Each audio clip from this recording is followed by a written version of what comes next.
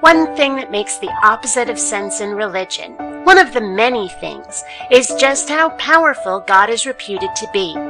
In fact, that's a real problem for religion on a few levels. Let's examine it, shall we? God is described as being all-knowing and all-powerful, as well as things like omnibenevolent, but that's irrelevant to the point I'm about to make. It neither helps nor hinders this issue, trust me. So when they say that God created the universe, I have to ask why he bothered.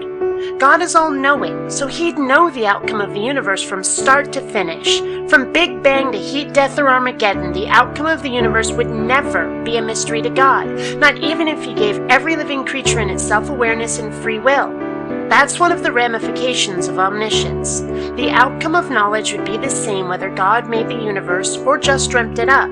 So why go through with it? What would God accomplish by doing so?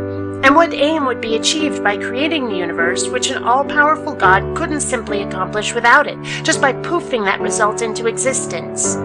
The only way that it makes sense for a deity creating the universe for real rather than just pondering one is if that deity is not all-powerful or all-knowing. If the universe's creation would accomplish something, whether it was that deity gaining knowledge or amusement from it, or if creating the universe were the only way that deity could accomplish a certain aim. An all-powerful and all-knowing deity could sidestep the redundant procedures and jump straight to the goal. It requires a limited deity to make the universe make sense. Thus, the biggest mistake the creators of the Abrahamic dogma made was in describing their deity as being just plain too damn powerful. In doing so, they have essentially beggared logic. They've created a paradox which renders either their religion untenable or our existence unreasonable. So either our universe is entirely mundane and the all-powerful and knowing deity doesn't exist, or there does exist a deity, but one which is not all-knowing or all-powerful.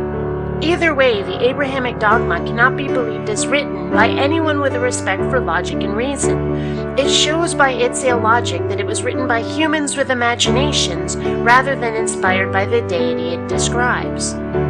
It would have been to the benefit of the religious to describe God as having flaws and limits as well. Such a God would be much harder to disprove using nothing but pure logic.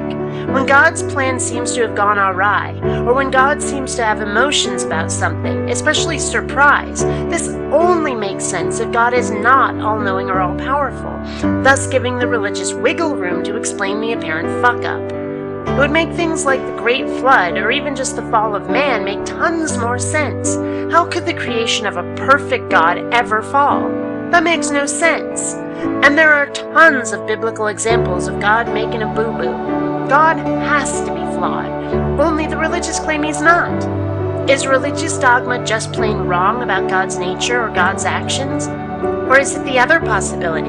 That is, that God is just plain made up? Discuss.